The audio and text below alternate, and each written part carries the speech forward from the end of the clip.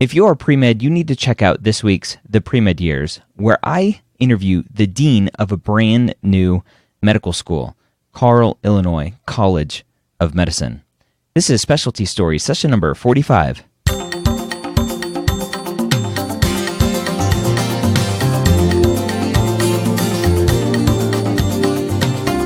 Whether you are a pre-med or a medical student, you've answered the calling to become a physician. Soon you'll have to start deciding what type of medicine you'll want to practice. This podcast will tell you the stories of specialists from every field to give you the information you need to make sure you make the most informed decision possible when it comes to choosing your specialty. And welcome to Specialty Stories. My name is Dr. Ryan Gray, your host here every week. Now, at the beginning, I say pre-med or medical student. For an interview like we have today, you might even be a physician out in residency. Specifically, anesthesiology residency for this interview. I had a great discussion with Maninder Singh, who is a cardiac anesthesiologist in an academic setting. He's been out of his fellowship training now for 4.5 years, and he's in a large academic medical center in Cleveland, Ohio. And we talk all about his interest in going into cardiac anesthesiologist, what he likes about his job, what he doesn't like about his job, and so much more. So we jump into the conversation with Maninder talking about why he chose anesthesiology and more specifically cardiac anesthesiology. So anesthesiology kind of started as being being the medical student who was interested in every rotation that I was on. I want to do medicine, or now I want to do neurology, now I want to do GYN. Anesthesia was kind of a perfect mixture of everything. And the way it was kind of a decision of exclusion. After I excluded everything else, that was left was anesthesia. And what kind of drove it home was my first day on my first anesthesia rotation. The first intubation I ever attempted, patient went into asystole while I was intubating, and the whole OR went from 0 to 1,000 miles an hour with chest compression, atropine, whatever, ACLS protocol, back to being 0 miles an hour within a matter of 10 seconds. And being the third-year medical student, I was still trying to figure out what just happened. And that was kind of the driving home point that, you're close to the fire and it gets really ugly really quickly, and then you're in control of things. You bring everything back to normal. So you knew pretty early on that anesthesiology, not specifically anesthesiology, but more specifically cardiac anesthesiology was where you were headed. Yeah, cardiac was fun. So, I was always, if I go into medicine, we'll do cardiology. And if you go into surgery, then do CT surgery. So I always had interest in cardiology. Why do you think that is? I just think just the physiology, just being close to, being around codes while I was a medical student, and the cardiologist walks in, and when everybody else is freaking out and they're like, oh, that's just SVT, just give some this and go away. And so I think just the level of understanding and the impact that you can have on a patient in an acute setting, and not to mention the outcomes that you get to see right away as well, is probably what was the point that was most attractive. When you mentioned earlier about kind of being the med student that loves everything, mm-hmm. A lot of students will talk about that was their initial interest into emergency medicine. Mm-hmm. Did you ever have that differentiation between, there's emergency medicine that kind of covers everything, or there's anesthesiology that kind of covers everything? What was it that drew you into the operating room? I think it was actually pretty close for those two. I think I just ended up doing my anesthesia elective before I did ED elective. So I think whichever one I would have done first, because it's very close. Whatever your interventions that you're doing, you get to see the outcome right away. And being an impatient person, I think that helps in both fields. And also, a lot of procedures, you take care of a lot of people. But the difference I feel like was your day is a little bit more regimen. I think that helped me from the standpoint of, I'm not doing a different shift every day or working nights one week, and, just having a little bit more control on the schedule. which was a little bit more, which made a little bit more sense to me back when I was, 23, 24-year-old trying to make this decision. I think that's what swayed me away from ED. Okay. What traits do you think lead to being a good cardiac anesthesiologist?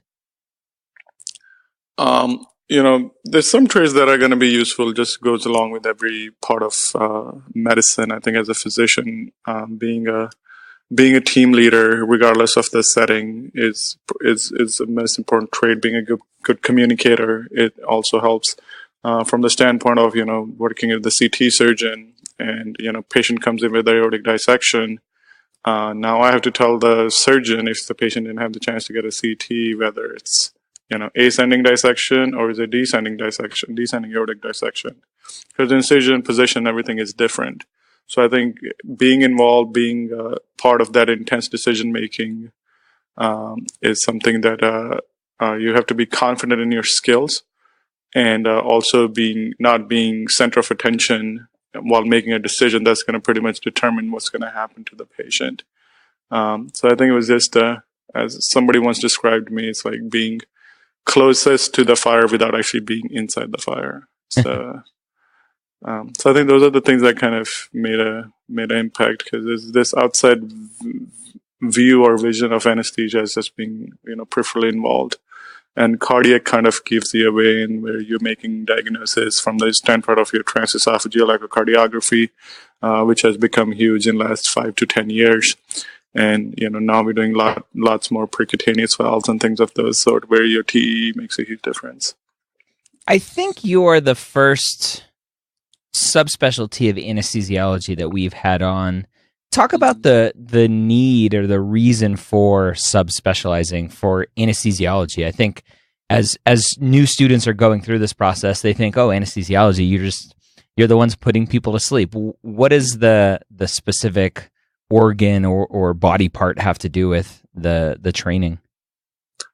So from the standpoint of the different population we do, so there's pediatric anesthesia, neuroanesthesia, obstetric anesthesia, cardiac anesthesia, regional and pain. Those are the main specialty, and critical care. I think it gives you different option within the field. Vast majority of the things you can do. I think from the standpoint of the patient population, it's extremely different when you're putting, a 4-week or 4-hour-old with tetralogy of flow to sleep versus, 30-year-old athlete with the ACL tear to sleep versus 90-year-old with severe aortic stenosis with the aortic valve area of 0.4 to sleep. And also what surgery is happening is going to have a huge impact on their physiology and what your input is from the standpoint of, like I mentioned, you're doing a valve replacement and the surgeon is putting in a valve and there's a big leak around the valve. Now you need to be pretty slick with the TEE to tell surgeon that, or challenge the surgeon when they say the valve is fine and you're telling them there's a big leak in the valve. So I think it's driven by your interest, and I think is based on what surgeries the patient is getting, what comorbidities the patient has, what the patient age is, makes a huge difference, and it's specialized enough that you need certain group of people that get advanced training in that particular field to provide the best care for the patient. And the field is changing dramatically with all the procedures that we have available for the patients now. So it's nice to be expert in that exact procedure and for the patient population. Talk about the types of patients that you're seeing, you guys are bringing to the operating room. What sort of diseases are you treating? So again, it's still cardiovascular, still the number one cause of death.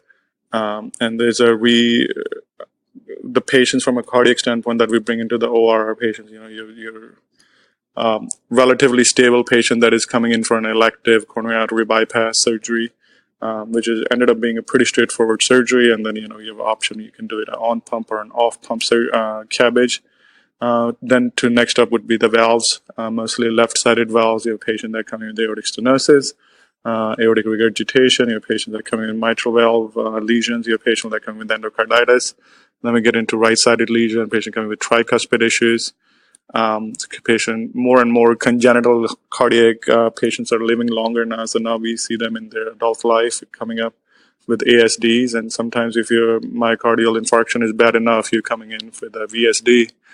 And those are kind of the patient population from a cardiac standpoint. And from a heart failure standpoint, there's a huge shortage for lung transplant, for heart transplant organs. So lots more people are getting placed on assist devices until an organ is available. So there's another patient population that we're working more and more on. What percentage of the cases are you doing are actually cardiac specific or are more general? Probably half and half. So 50% cardiothoracic. That includes a lot of lung surgery as well, and then some cardiac surgery, which is again half probably bypass operations, the other half being valve replacements or valve repairs. You're in an academic setting. As a cardiac anesthesiologist, are there opportunities to go to the community? And if there are, why did you decide to stay in an academic role? So the answer to your first question is yes, there are a lot of programs that are community-based programs that are extremely busy, and there's a huge demand for cardiac anesthesia, especially nowadays when you're coming out of fellowship, you are transesophageal echocardiography trained. And that's essentially the culture used to be after the surgeon do the surgery, you come off a bypass, and now you have to call the cardiologist to the operating room to come take a look at the valves. So you bring in another physician provider into the room, and that just didn't go well with the flow of the things. And now we have essentially taken cardiology out of the operating room. And that's one of the reasons to be an academic as well, because the acuity of the patients that you see are a lot sicker. The operations you are doing are much sicker.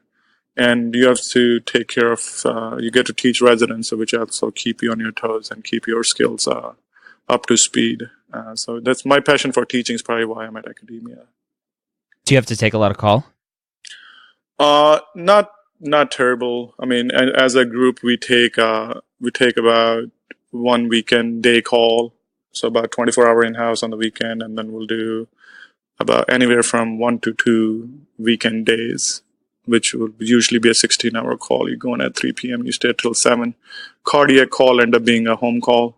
So a lot of time if they're bringing somebody back from the operating, from the ICU for a bleed or whatnot, but rarely get called back for cardiac. Is that one weekend per month or per week? Per month. Okay, not terrible. Yeah, no, for academic, there are about 25 of us, so that end up being 1 weekend a month for everybody. Okay, so big academic practice. Yeah. What do you feel, as we were talking before we hit record, you have a young baby at home. Do you feel like being a cardiac anesthesiologist in a big academic center allows you to have enough time for family as well? Oh yeah, definitely. That's one of the benefits of being in anesthesia. Your life is a little bit more structured. Cardiac is probably one of the busiest subspecialties out of all the subspecialties in anesthesia, but it's pretty well balanced. It's also center specific, so we would do one case a day, and usually done by 2 or 3 o'clock. By the time you drop the patient off, finish your paperwork, probably be home between 4 and 5 o'clock, and going in, probably leave and get to the hospital at 7 a.m. So you're looking at an 8 to 10 hour day. But 5 o'clock, you're home. You can have, dinner with your family, play with your kid, go, and once they're a little bit older, whatever their evening activities are, you can take a part of it. So yeah, I feel pretty good about being, having the ability to be involved. Not bad. What does the path look like to become a cardiac anesthesiologist with residency and fellowship? So out of medical school, you will apply for an anesthesia residency. And anesthesia residencies, what used to be described as advanced, would be 1 year of some sort of general training, from transition year to general surgery to medicine, and then you would have 3 years of dedicated anesthesia training. And after you finish your anesthesia, the cardiac fellowship is 1 additional year. where you would go and essentially deal with high intensity programs where you're doing multiple cases a day while getting good at providing anesthesia for these patients from anesthetic management standpoint, along with being becoming sufficient and certified in doing transesophageal echocardiography. So it's total about 5 years total. Okay. How competitive is it to match into cardiac anesthesiology? It's not terribly competitive, and that's probably could be said about all of anesthesia subspecialties.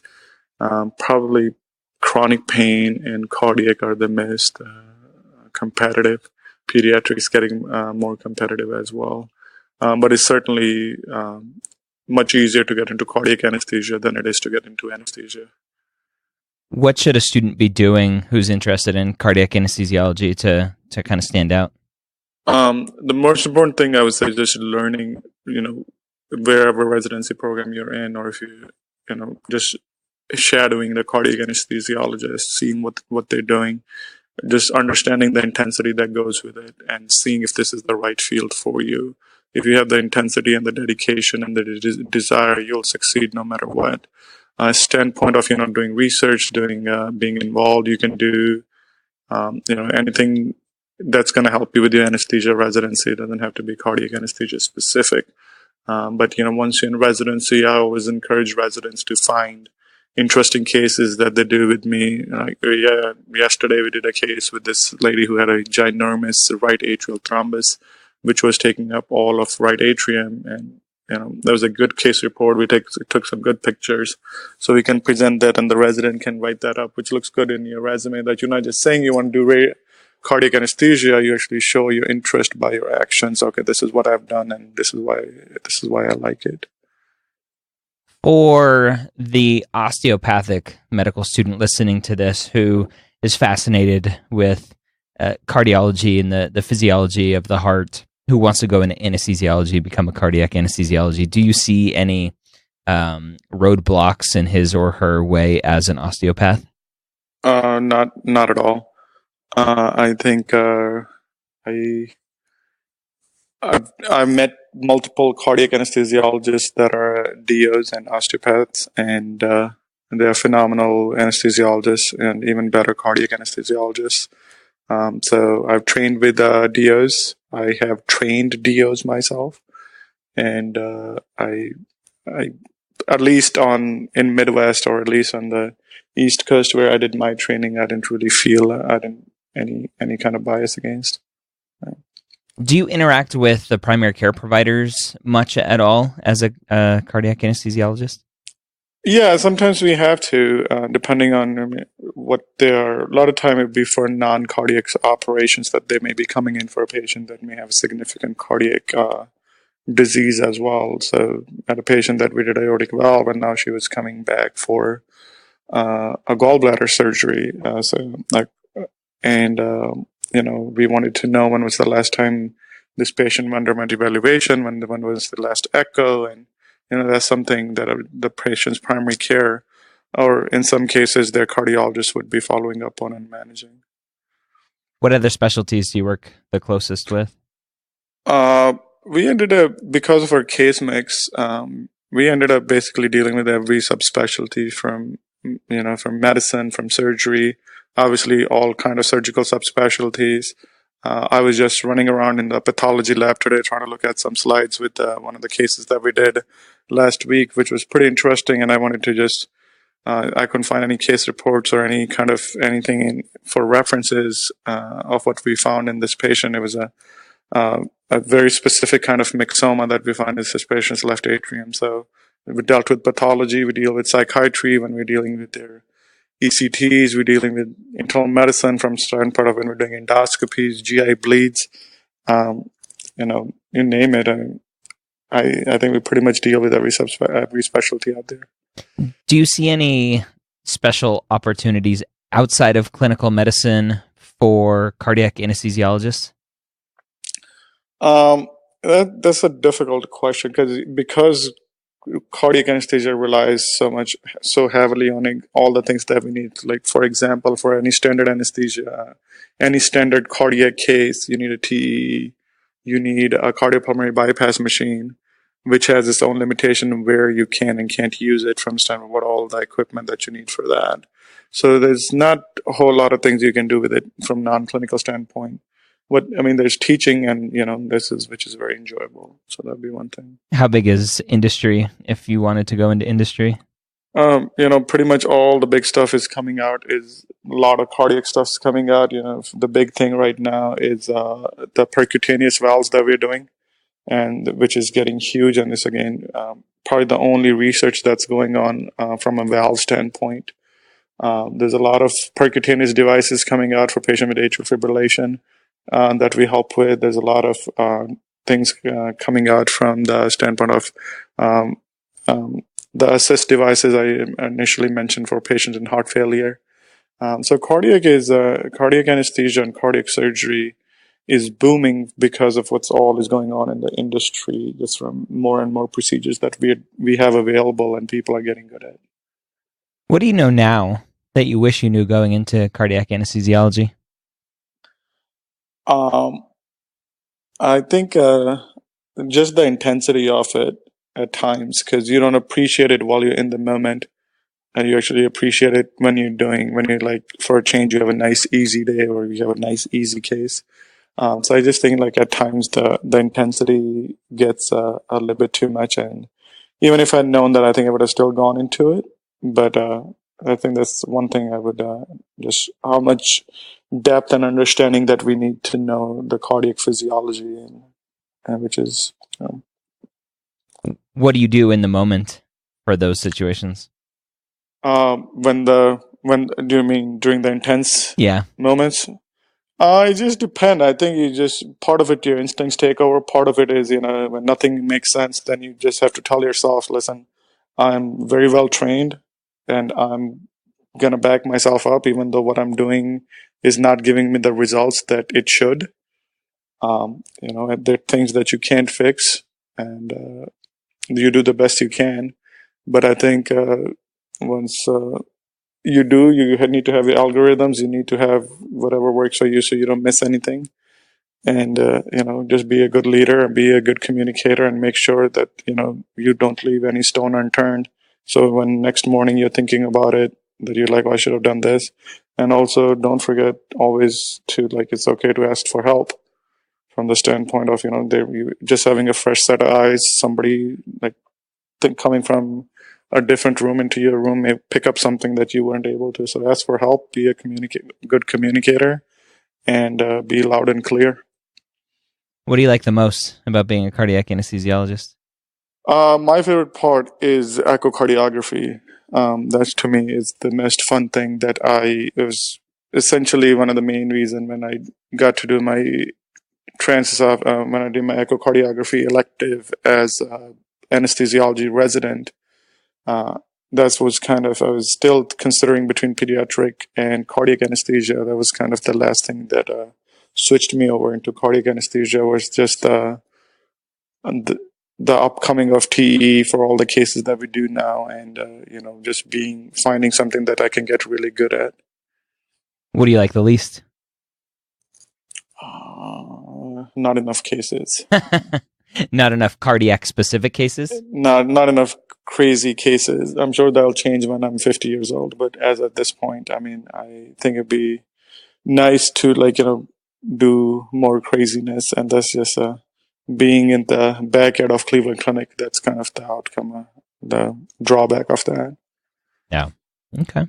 Do you see any major changes coming to cardiac anesthesiology, whether it's medications or new devices?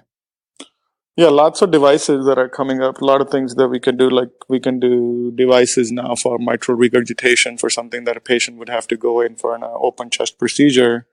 Now we can do a percutaneous device for that, and a patient can go home on the same day or the next day. Or we're doing valves percutaneously. We started with aortic valves, and now we're doing mitral valves.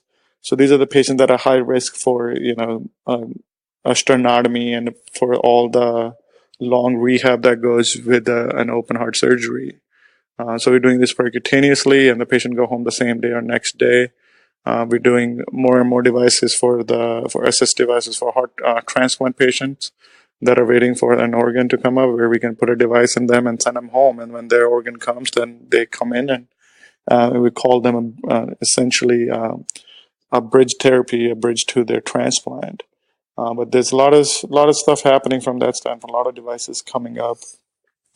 A lot more management for atrial fibrillation. Initially, I mentioned patients who are high risk for stroke secondary to atrial fibrillation and who has contraindication for being on anticoagulation, let's say.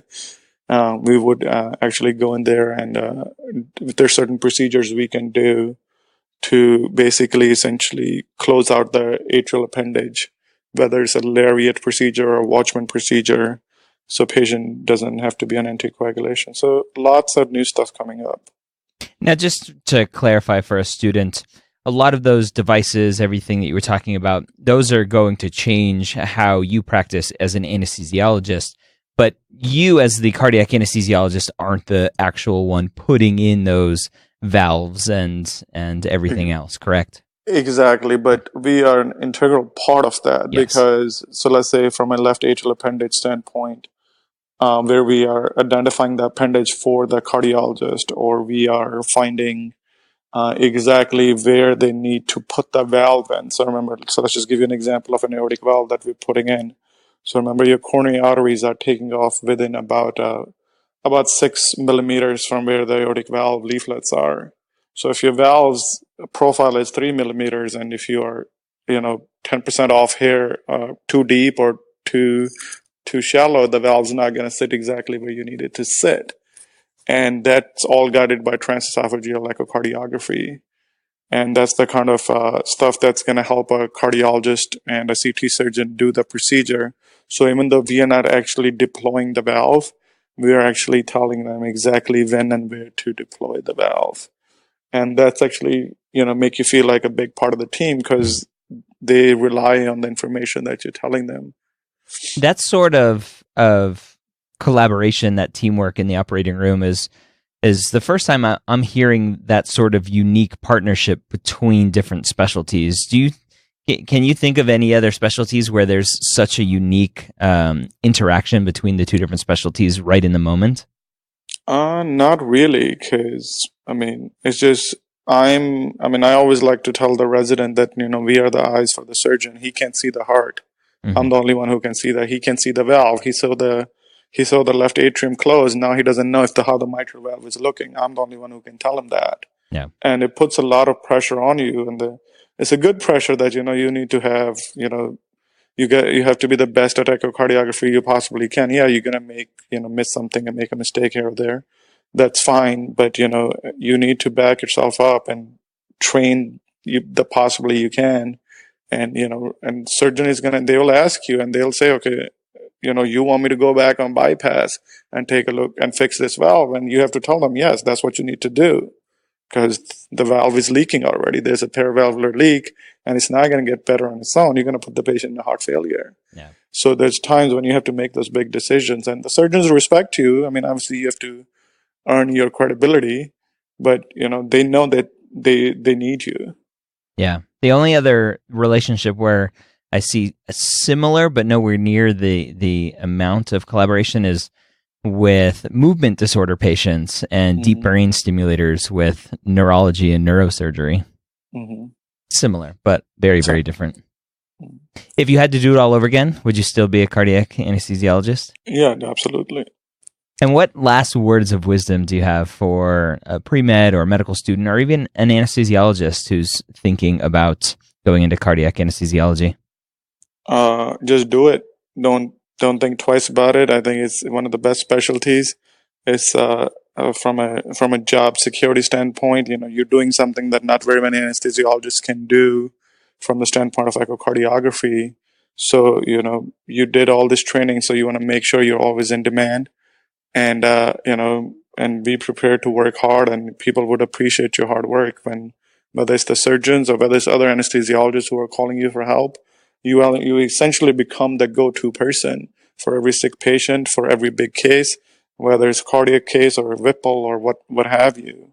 You becomes the go-to guy when it comes to placing lines, managing patients. And if you don't mind those things, if you don't shy away from those things, then that is the best field you can possibly go into. All right, so there you have it. Cardiac anesthesiology, great subspecialty of anesthesiology.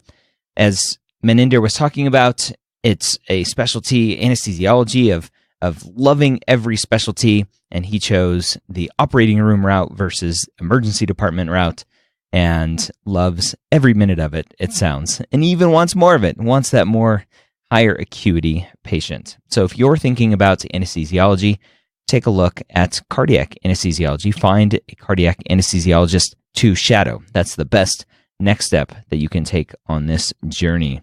Hope you have a great week. We'll see you next time here at Specialty Stories.